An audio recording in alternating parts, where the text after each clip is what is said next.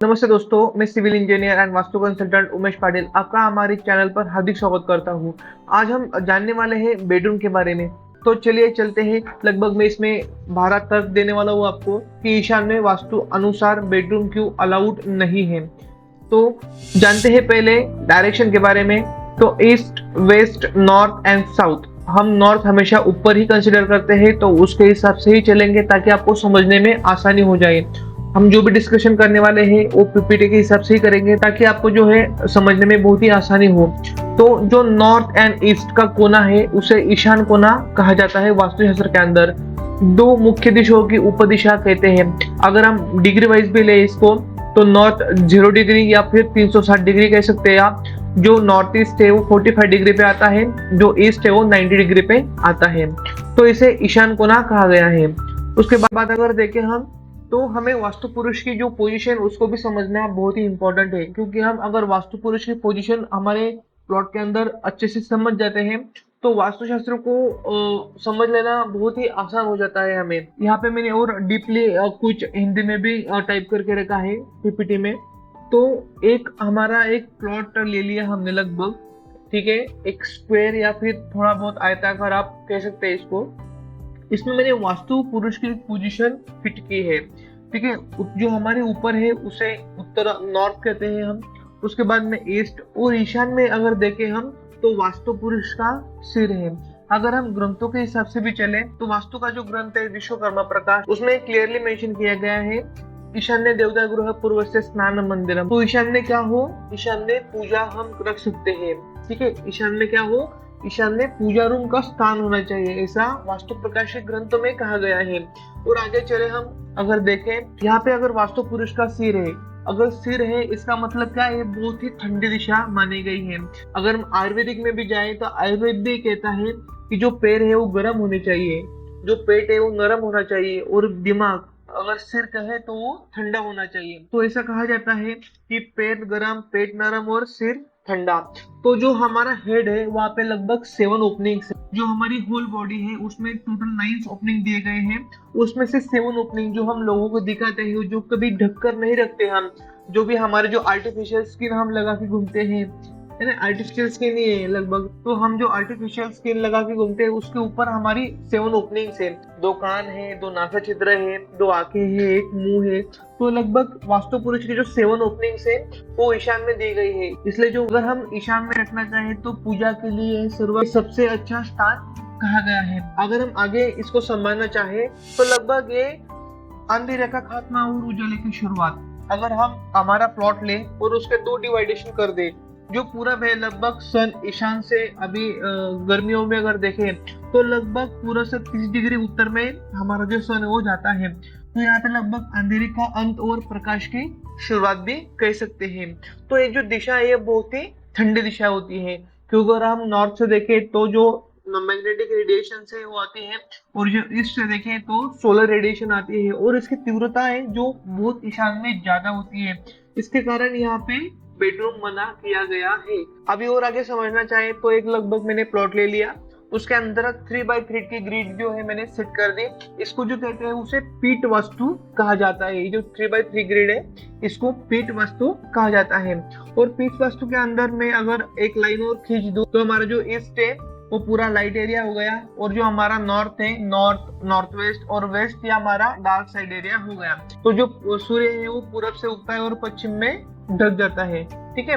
तो इसके हिसाब से ये अगर ये दिशा देखे तो ये बहुत ही ठंडी दिशाएं होती है, क्योंकि अगर सन देखें तो स्टार्टिंग में यहाँ पे पूरब में होता है, 3 घंटे बाद वो कहाँ पे होता है? अग्निकोण में चला जाता है। तो यहाँ पे क्या होता है? बहुत ठंडा एरिया होता है ईशान कोने का, ठीक है। तो आगे और चलते हैं हम। आगे अगर देखें तो यहाँ पे जो प्लैनेट बताया गया है उन्हें गुरु कहते हैं। जो गुरु है हमारे सौर मंडल में सबसे बड़ा ग्रह माना जाता है। तो इसका जो कलर है वो भी लगभग ब्लू कलर है, और एक बहुत ही ठंडी जगह, और कलर जो है वो भी बहुत ठंडा कलर माना गया है। साथ ही साथ जो ब्लू कलर है उसका संबंध वाटर या फिर जल से भी कहा जाता है। अगर यहाँ पे और डिस्कस करें तो यहाँ पे जो देवता बताए गए हैं वो शिव या फिर उन्हें ईश्वर भी कहा जाता है। तो यहाँ पे जो बेडरूम्स है वो अवॉइड करना चाहिए क्योंकि ये जगह बहुत ही पवित्र जगह मानी गई है। उसके बाद में अगर हम एलिमेंट देखें तो एलिमेंट जो है यहाँ पे वाटर एलिमेंट बताया गया है कि बहुत ही ठंडा एरिया रहता है। अगर हम आयुर्वेद के हिसाब से भी देखें तो मुख्य 3 दोष पाए जाते हैं, वात, पित्त और कफ। अगर आपको पित्त, वात या कफ की कोई भी बीमारी है तो यहाँ पे भी जो आपका एरिया है वो बहुत ही ठंडा एरिया माना जाता है। तो आपका वात, पित्त या कफ यहाँ पे गड़बड़ हो सकता है क्योंकि ये जो दिशा है बहुत ही ठंडी दिशा कहा जाता है इन्हें। अगर हम आगे सत्व, रज और तम के हिसाब से भी देखें तो नॉर्थ ईस्ट जो बहुत ही सात्विक क्षेत्र कहा गया है। तो सात्विक क्षेत्र के हिसाब से भी यहाँ पे बेड नहीं होना चाहिए। अगर हम हमारी बॉडी के हिसाब से देखें तो हमारी बॉडी में लगभग 70 to 80% वाटर कहा गया है, और ये जो दिशा है ये भी जल की दिशाएं हैं। तो आदमी यहाँ पे आके बहुत ही लेजीनेस फील करता है क्योंकि बेडरूम अगर बन गया है तो हम उसे सालों तक यूज कर सकते हैं। अगर यहाँ पे हम डिफेक्ट देखें तो अगर कोई शादीशुदा जोड़ा है यहाँ पे आके रहता है तो उसके जो बच्चा है, जो संतान है, उसके भी योग ना के बराबर यहाँ पे रहता है। जो लेडीज है उसके मिसकैरेज भी बहुत यहाँ पे देखे गए हैं। अगर कोई यंग लेडी यहाँ पे सोती है तो उसके शादी के योग लगभग ना के बराबर हो जाते हैं। उसकी जो पढ़ाई है वो भी बहुत बार यहाँ पे डिस्टर्ब रहती है क्योंकि यहाँ का जो प्लैनेट बताया गया है उस गुरु कहा गया है। यहाँ पे जो स्टडी रूम है वो बहुत ही बेस्ट होता है। यहाँ पे आपका लिविंग रूम हो सकता है। अगर आपने यहाँ से गलती से भी बेडरूम बनाया है तो आपकी ग्रोथ जो है वो बहुत हद तक डाउन हो जाती है। आपका जो बिजनेस है उस पर भी बहुत ज्यादा प्रभाव पड़ता है। आप बहुत ही लेजीनेस फील करता है आदमी। जो कुछ आगे करने की इच्छा है वो बहुत बार दबी की दबी रह जाती है। आपका जो जॉब है, बिजनेस है, वो भी जाने का यहाँ पे खतरा बना रहता है। आप डिप्रेशन के भी यहाँ पे बहुत बार शिकार होते मैंने देखा है। हम और आगे अगर डीप में जाए तो यहाँ पे जो हमारे 32 एंट्रेंस है, जो देवी देवता का है, 45 देवी देवता जो कहा गया है। जो नॉर्थ ईस्ट हमारा है उसकी जो देवी देवता है लगभग आदित्य, दिति, शिकी, पर्जन्य, जयंत, आप, अपवश है। ये देवी देवता यहाँ पे बताए गए हैं। तो ये जो देवी देवता है लगभग 7 देवी देवता है। और आगे अगर देखें तो जो पीठ वास्तु हमने डिस्कस किया उसमें भी लगभग गुरु का पद यहाँ पे दिया गया है। उसके अपोजिट अगर देखें साउथ वेस्ट में तो वहाँ पे राहु कहा गया है।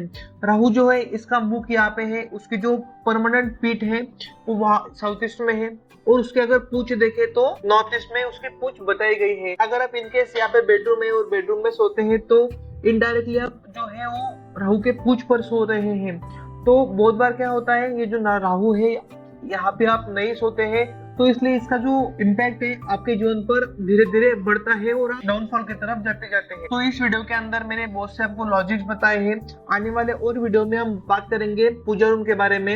इसी श्रृंखला में ईशान कोने के बारे में ही बात होगी। अगर आप वास्तुशास्त्र के अंदर और डीपली नॉलेज लेना चाहते हैं, टुकड़ों में वास्तुशास्त्र नहीं सीखना चाहते, वन टाइम वॉच करना चाहते हैं, प्ले स्टोर से हमारा एप्लीकेशन डाउनलोड कीजिए। वहाँ पे मेरे लगभग 50+ रिकॉर्डेड वीडियोज है। आप वहाँ से 0 से वास्तुशास्त्र सीख सकते हैं क्योंकि जो वास्तुशास्त्र है बहुत ही वास्ट सब्जेक्ट है, बड़ा सब्जेक्ट है। इसे 15 मिनट में, 20 मिनट में नहीं समझाया जा सकता है। मैंने एप्लीकेशन में टू द पॉइंट, अगर आपको वास्तुशास्त्र का कुछ भी पता नहीं है तब भी आप साइंटिफिक रीजन में और हमारे जो ग्रंथ है उसके हिसाब से भी मैंने बहुत कुछ डिस्कस वहाँ पे किया है। अगर आप वास्तुशास्त्र के हिसाब से प्लान बनाना चाहते हैं या फिर कंसल्टेंसी चाहते हैं तो डिस्क्रिप्शन में मैंने नंबर दे दिया है।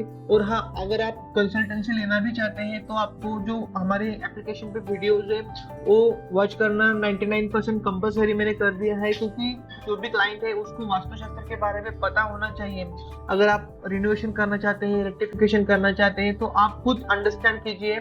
उसके बाद में मुझे आपको गाइड करना बहुत ही आसान हो जाएगा क्योंकि आप जो वास्तु के फंडामेंटल्स है, जो ग्रंथ है, जो 800-900 साल पुराने ग्रंथ है, वो जो हमारा वैदिक वास्तुशास्त्र है उसके बारे में क्या कहता है, ये सारा का सारा discussion to the point scientific reason में बहुत सी बातें मैंने वहाँ पे क्लियरली डिस्कस की है। तो आप जाके जो वीडियोज है वॉच कर सकते हैं। मिलते हैं नेक्स्ट वीडियो में। नेक्स्ट वीडियो में हम बहुत सारी बातें करेंगे ईशान कोने के बारे में। तो कम समय में ऐसे ही हम आगे और डिस्कशन करेंगे। आगे जो भी वीडियो आने वाले हैं वो ईशान कोने के बारे में भी होंगे। स्टेप बाय स्टेप हम पूरा का पूरा वास्तु डिटेल में यहाँ पे कवर करने वाले हैं। अगर आप चैनल पे नए हैं तो चैनल सब्सक्राइब जरूर कीजिएगा। मिलते हैं नेक्स्ट वीडियो में, तब तक के लिए नमस्कार।